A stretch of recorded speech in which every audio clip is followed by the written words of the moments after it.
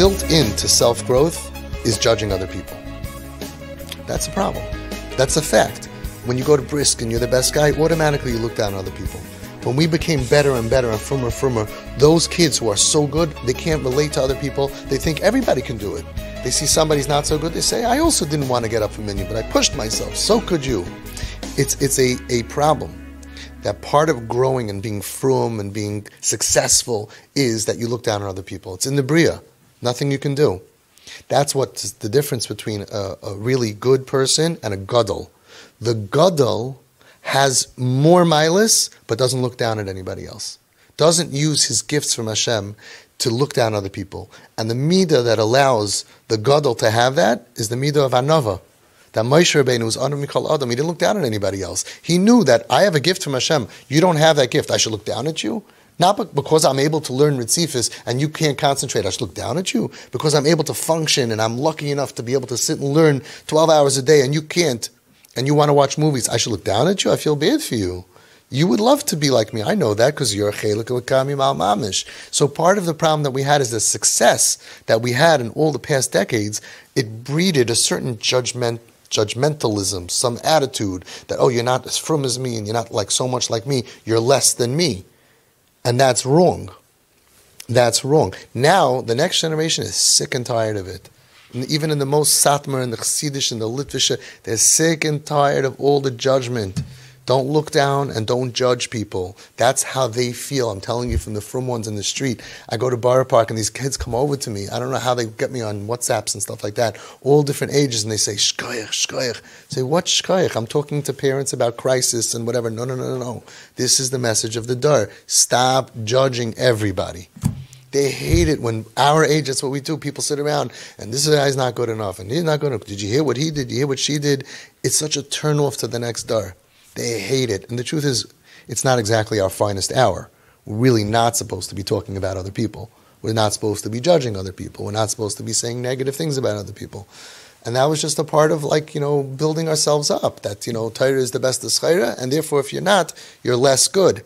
So many people in Klal Yisrael who were just regular good people, if they would have been born, 40, 50 years ago, they would have been fantastic. And now everyone looks at them. You're not a long-term learner. You might chas v'sholom go to work. And everything got so skewed out of control. I think the next star is going to be better than us at making a tikkun. Because they're just, relax, chill. Everybody's trying. Everybody's good. Yedid vil zan git. I heard the Ger Rebbe say those words. It's true. It's really true. Stop judging other people. If you think you're so great, right, that you're so wonderful, relax. You're not so wonderful. You have a very bad midah. You know what that is? Judging other people, looking down at other people. Reb Shlomo Mekarlin was in his office, and he was shining his ava on somebody that was chashud, that they all knew that he did the worst possible averos.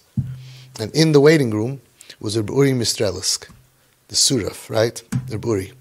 And I don't know how Reb Shlomo Mekarlin knew that Reb Uri was getting upset about this. It's not clear whether it was Ruach HaKodesh or whether Reb Uri was getting fidgety. Why is he spending so much time with this bum? This lowlife, mamash a lowlife. Shlomo Mekarlin called over his Talmud Reb Uri Mistrelisk, and he told him, go to the Beis Medrash and wait for me. Now, I don't know what Reb Uri was thinking. If it would be me, I would be thinking, I'm the good kid. Why are you making me leave? Why are you punishing me? Punish him. Send him out. Why are you sending me out? I don't know what he was thinking. But he sent them away. It says a short time later, it sounds like a half an hour, 45 minutes, he called him back in. And he told him, Reb Shlomo Mekarlin, told him, Ahavas Yisrael has to be full to every single Jew, no matter what. And I saw that your Ahavas Yisrael is limited. And I wanted to teach you. I wanted to teach you that even that Yid, I know what he did. Right? I wanted to show you how much we have to love every single Yid no matter what.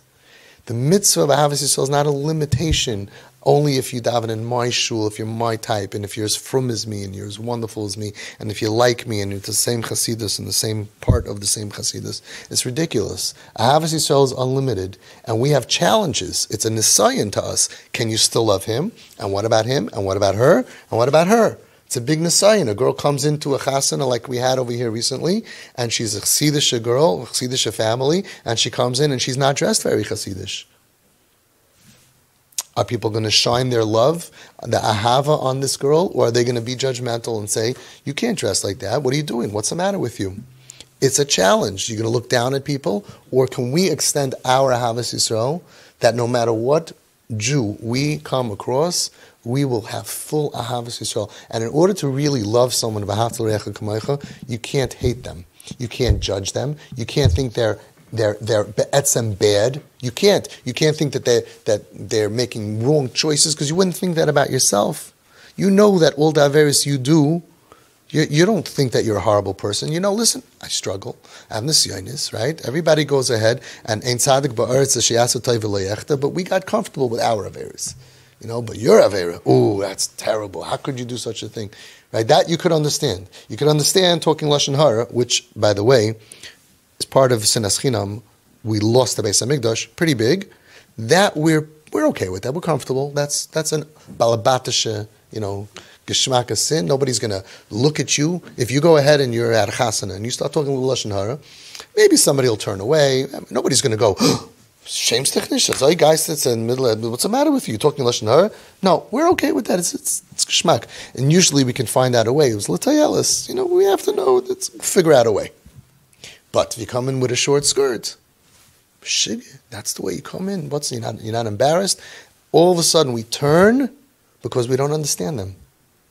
We use our lack of understanding to judge people in a negative way, which is obviously we have no choice, is the sign of the dar.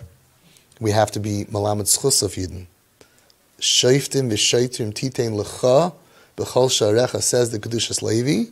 Shoiftim v'shoitrim, your judgment in Rosh Hashanah, titein lecha, Hashem gives it to you. The way that you judge other people is the exact way of your din on Rosh Hashanah Yom Kippur.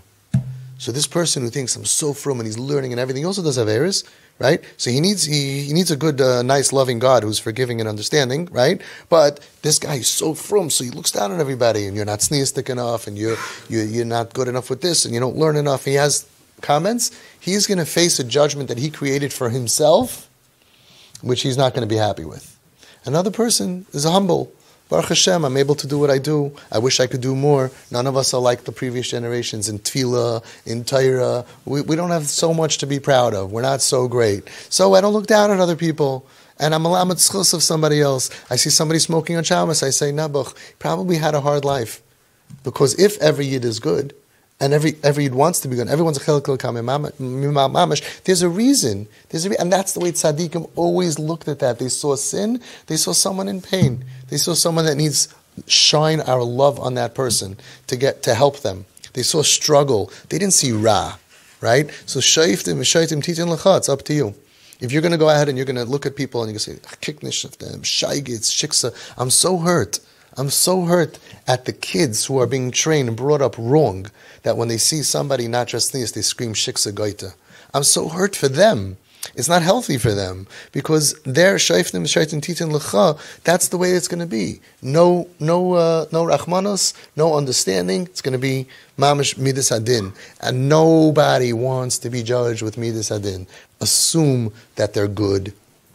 Assume that you don't know. You don't know their story. You just don't know. You don't know their pain. You don't know their story. But all of a sudden, you know the conclusion. Yes, you are getting a violation because of the... Hang on a second. We want Rahmanas. If you want Rahmanas, have Rahmanas on another Jew.